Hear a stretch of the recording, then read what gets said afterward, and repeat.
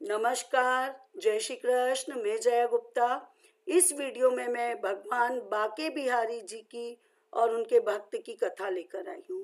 भगवान अपने भक्त की इच्छा का इतना सम्मान करते हैं कि भक्त जिस रूप में उनको चाहता है भगवान उसी रूप में ढल जाते हैं, और जैसे भक्त उनके साथ व्यवहार करता है भगवान भी उनके साथ वैसा ही व्यवहार करते हैं। तो मैं आज आपको इस कथा में यही बताने वाली हूँ कि भगवान बाके बिहारी ने अपने भक्त की इच्छा अनुसार कैसे व्यवहार किया। पर मैं आपको कथा बताऊं उसके पहले आपसे निवेदन है कि यदि आपने अभी तक मेरे चैनल को सब्सक्राइब नहीं किया तो कृपया मेरे चैनल को सब्सक्राइब कीजिए, बेल आइकन को हिट कीजिए ताकि मेरी नए वीडियोस के नोटिफिकेशन आपको तुरंत प्राप्त हो। तो आइए देखें बाके बिहारी और उनके भक्त की कथा। एक लड़की थी जो भगवान श्री कृष्ण के बाके बिहारी स्वरूप की अनन्य भक्त थी। वो बचपन से ही भगवान श्री कृष्ण के बाके बिहारी स्वरूप की पूजा करती थी, भजन कीर्तन करती थी, भक्ति करती थी, और इस तरह से भक्ति करते करते ही वो बड़ी हो गई। अब उसके माता पिता ने जैसे ही वो बड़ी हुई तो उसके लिए लड़का देखा, तो भगवान की कृपा से उसके लिए जो लड़का मिला वो उसका विवाह भी यानी श्रीधाम वृंदावन में ही किसी अच्छे घर में तय हो गया। तो वो बहुत खुश थी कि चलो अब तो मैं बाके बिहारी जी के दर्शन कर पाऊंगी और उनके स्वरूप की पूजा भी करूंगी। इस तरह से अब उसका विवाह हो गया और वो खुशी खुशी विदा होके वृंदावन आ गई। अब नई बहू थी तो अकेले कहीं जा आ नहीं सकती थी, तो वो बाके बिहारी के दर्शन को नहीं जा पाई और वापस से वो मायके आ गई। अब मायके में कुछ दिन रहने के बाद उसका पति उसको वापस लेने आया मायके से ससुराल के लिए, तो वो उसके पति के साथ वापस वृंदावन धाम पहुंच गई। अब जैसे ही वो लोग वृंदावन धाम में पहुंचने लगे तो जैसे ही यमुना जी के दर्शन हुए तो शाम हो गई थी, तो उसका पति उससे कहने लगा कि देख शाम का समय है, मैं अभी यमुना स्नान करके आता हूँ, तू यहाँ एक पेड़ के नीचे बैठ जा और सामान की देख रेख करना। तो वो वहां पे ही सामान रख देता और उसको भी बिठा देता है। वो कहता मैं थोड़े ही समय में स्नान करके आ जाऊंगा, यही सामने ही स्नान करूंगा, तेरे को कुछ ऐसा लगे तो मुझे आवाज दे देना। और इतना कह के उसका पति चल जाता और वो लड़की वहीं बैठ जाती है।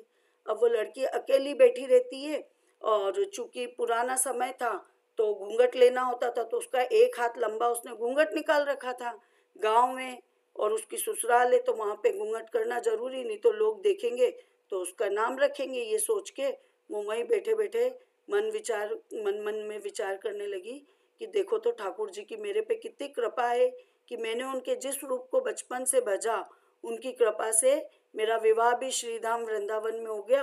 अब मैं उनके उसी स्वरूप के दर्शन कर पाऊंगी और उनको मना पाऊंगी। अब मैं तो इतने वर्ष से ठाकुर जी को मना रही हूँ, परंतु मेरा ठाकुर जी के साथ क्या रिश्ता है ये तो मैंने आज तक तय नहीं किया।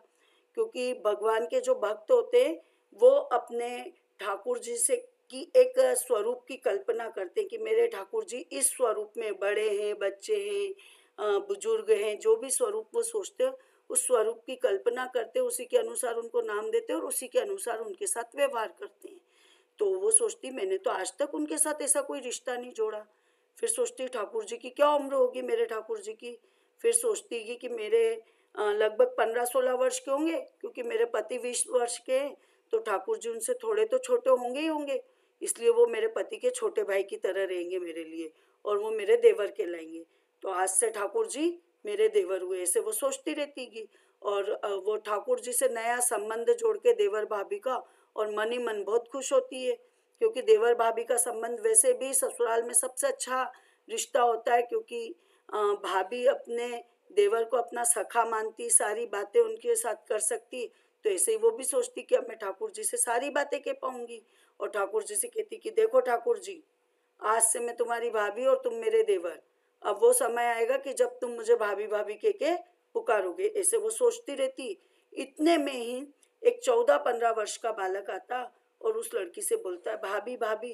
तो एकदम वो आवाज सुनती तो उसकी तंद्रा भंग हो जाती है और वो सोचने लगती कि यहाँ वृंदावन में तो अभी मैं नई नई आई हूँ, किसी को मेरे बारे में नहीं पता, और ये मेरा नया देवर कहाँ से आ गया जो मेरे को भाभी भाभी कह के कौन बुला रहेगा। तो वो घबरा जाती कि वो अपना घूंघट, और नई थी तो डर लगता उसको कि गांव के कोई बड़े बूढ़े देखने ले बदनामी नहीं हो जाए, तो अपना घूंघट और खींच के बैठ जाती कि और घूंघट ले रखा था तो उसने देखा भी नहीं उसको। तो अब वो बालक बार बार कहता है पर वो उत्तर ही नहीं देती है। तो बालक पास आता, बोलता भाभी अपना चेहरा तो दिखा दो तनिक। तो वो और चेहरा घूंघट पकड़ के बैठ जाती, कहीं ये चेहरा नहीं मेरा उगाड़ दे, इस तरह से सोच के, क्योंकि जिद कर रहा है और कहीं मेरा चेहरा खोल देगा और कोई देख लेगा कि लो नई बहू बिना घूंघट के बैठी हुई है तो नाम रखेंगे। इसे डर के मारे वो कस के और अपना घूंघट पकड़ के बैठ जाती है। तो वो बच्चा तो जबरदस्ती उसका घूंघट उठाता है, उसका चेहरा देखता है, अपना चेहरा उसको दिखाता है और भाग जाता है। अब थोड़ी देर में उसका पति आता है तो वो डरती रहती है कि कोई देख नहीं ले, कोई ने कुछ बता नहीं दे। तो वो सारी बात अपने पति से कह देती है कि एक बच्चा आया था जो मेरे को भाभी भाभी बोल रहा था और उसने मेरा घूंघट उठा के अपना चेहरा मुझे दिखाया और मेरा चेहरा भी देखा। तो पति उससे कहता है कि तुमने मेरे को आवाज़ क्यों नहीं दी? तो बोली कि वो तो इतनी जल्दी में आया और भाग गया कि मुझे समझ ही नहीं आया। तो पति बोलता है कि तुम चिंता मत करो, वृंदावन बहुत बड़ी जगह नहीं है, कभी भी मुझे मिल जाएगा किसी भी गली मोहल्ले में खेलता हुआ तो मैं उसको समझा दूंगा कि वो अब आगे से ऐसा नहीं करेगा। तुम भी जहाँ वो दिखे तो मुझे ज़रूर बता देना। तो वो कहती हो ठीक है। अब वो दोनों घर पहुँच जाते हैं। अब कुछ दिन बाद उसकी सासू अपने बेटे से कहती, उसके बेटे से, कि बेटा देख तेरा विवाह भी हो गया, बहू मायके भी जाके आ गई, पर तुमने अभी तक बाके बिहारी मंदिर में जाके ढोक नहीं लगाई, न बाके बिहारी जी के इसको दर्शन कराए। तो कल जाके बहू को दर्शन करा लाना और दोनों जोड़े से ढोक भी आना। तो बेटा मान जाता है। अब अगले दिन दोनों पति पत्नी ठाकुर जी के मंदिर में दर्शन के लिए जाते हैं। अब मंदिर में तो खूब भीड़ रहती है, दो लाइनें बनी होती है, महिलाओं की अलग और पुरुषों की अलग। तो लड़का उससे कहता है कि देखो तुम लड़की स्त्रियों की लाइन में जाके और दर्शन कर लो और मैं भी दर्शन करके आता हूँ और अपन आके एक जगह मिल जाएंगे। अब वो आगे तो चले जाती है पर घूंघट नहीं उठाती, उसको डर लगता है कि कहीं कोई बड़ा बूढ़ा देख लेगा तो कहेगा अरे नई बहू बिना घूंघट के घूम रही है तो नाम रखेगा मेरा। तो इसलिए वो घूंघट नहीं उठाती और वहीं खड़ी रहती है। अब पति तो दर्शन करके पीछे चल जाता, वहां जाके देखता है बहुत देर खड़ा रहता है तो पत्नी आती नहीं। तो वो वापस उसके पास आता है, वो कहता है कि चल ना दर्शन कर, तो वहीं खड़ी रहती है।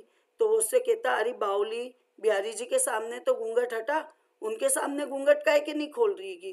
घूंघट नहीं खोलेगी तो दर्शन कैसे करेगी? तो वो घूंघट हटाती है और घूंघट हटा के जैसे ही बाके बिहारी जी की ओर देखती है तो बाके बिहारी जी की मूर्ति की जगह वो बालक उसको मुस्कुराता हुआ दिखता है। तो वो एकदम आश्चर्यचकित होकर और चिल्लाते हुए अपने पति से बोलती है अरे सुनो सुनो जल्दी आओ जल्दी आओ। तो उसका पति जो पीछे जाने लग गया था वो वापस भाग के आता है और बोलता क्या हुआ?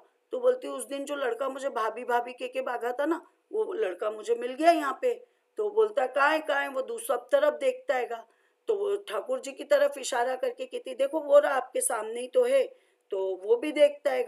तो वहाँ ठाकुर जी की मूर्ति की जगह पे उसको भी वो बालक दिखाई देता है। तो वो देख के एकदम आश्चर्यचकित रह जाता है और यानी भाव विवल हो जाता है वो तो। और वो अपनी पत्नी से कहता है कि तुम तो धन्य हो, तुम्हारे मन में तो ठाकुर जी के प्रति सच्चा श्रद्धा का भाव है, इसीलिए ठाकुर जी ने तुमको दर्शन दे दिए। मैं तो इतने वर्ष से वृंदावन में हूँ पर मेरे को तो आज तक उनके दर्शन नहीं हुए और तुम्हारा भाव तो इतना उच्च है कि बाके बिहारी जी ने तुमको भी दर्शन दे दिया और तुम्हारी कृपा से मुझे भी दर्शन हो गए। हे बाके बिहारी जी महाराज, जैसी उस लड़की को दर्शन दिए वैसे सबको देना और कथा पूरी करना। बोलो बाके बिहारी जी महाराज की जय। हिंदू धर्म, संस्कृति, तीज त्योहार, व्रत कथा, रीति रिवाज इत्यादि जानने के लिए मेरे साथ बने रहिए।